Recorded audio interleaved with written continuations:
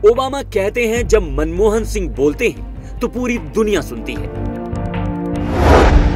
लेकिन ये प्रधानमंत्री की नहीं सुनते। ए राजा, ममता, शरद पवार, पीएम के फेवर में आया सुप्रीम कोर्ट। ए राजा को कोर्ट ने लगाई फटकार।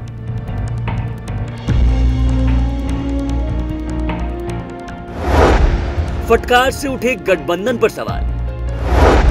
देश कर रहा है सबसे बड़ा सवाल, क्यों कर रहे हैं ये नेता मनमानी?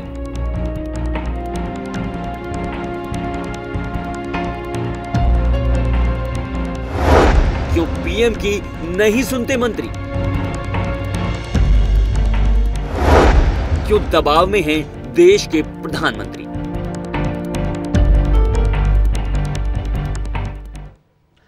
नमस्कार, आपके साथ मैं अतुल अग्रवाल हूं। आप इंडिया प्राइम टाइम देख रहे हैं। मुद्दा बड़ा गंभीर है और संगीन भी। जी, प्रधानमंत्री जी का अपमान उन्हीं के मंत्रिमंडल का एक मंत्री करे और प्रधानमंत्री जी को यह अपमान सहना पड़े, इससे बड़ी सियासी मजबूरी कुछ और हो ही नहीं सकती। सुप्रीम कोर्ट ऐसा करने वाले ए राजा को भले ही फटकार लगा चुका हो, लेकिन प्रधानमंत्री तो उस मंत्री का बचाव करने के लिए मजबूर थे।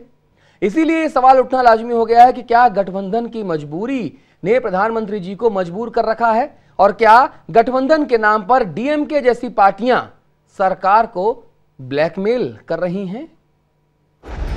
बेमेल गठबंधन, कितने मजबूर पीएम। बेमेल गठबंधन भारतीय राजनीति की व्यवहारिक सच्चाई बन गया है। इसका एहसास प्रधानमंत्री को यूपीए की पहली सरकार में ही हो गया था, जब वाम दलों से रिश्ता टूट गया था। लेकिन धोखाधड़ी और ब्लैकमेलिंग सहकर भी दोबारा यूपीए की सरकार बनी, और इस बार डीएमके ने वो कर दिया जिसकी शायद किसी को उम्मीद नहीं थी। संचार मंत्री ए राजा ने कायदे कानून ताक पर रख दिए, यहां तक कि प्रधानमंत्री तक की अनदेखी कर दी। प्रधानमंत्री ने खुद को कुछ नहीं कहा, लेकिन सुप्रीम कोर्ट ने जरूर कह दिया कि ए राजा ने प्रधानमंत्री को दरकिनार किया। घोटालेबाज मंत्री की इस करतूत पर सुप्रीम कोर्ट की तल्ख टिप्पणी देश के इतिहास में पहली बार सामने आई है, और इसीलिए ये चर्चा छिड़नी जरूरी है कि आखिर गठबंधन की आड़ में घटक दलों की ब्लैकमेलिंग क्यों बर्दाश्त की जाती है। पीएम की किरकिरी, सरकार की फजीहत। 2G स्पेक्ट्रम घोटाला गठबंधन की मजबूरी का ही नतीजा है, क्योंकि ए राजा को स्पेक्ट्रम घोटाले के बावजूद मंत्रिमंडल में बनाए रखने से बड़ी मजबूरी नहीं हो सकती। अब सरकार बार बार सुप्रीम कोर्ट की फटकार सुनने को मजबूर है, लेकिन उस दल से नाता तोड़ने की हिम्मत नहीं जुटा पा रही है जिसके मंत्री ने प्रधानमंत्री की इतनी किरकिरी करा दी।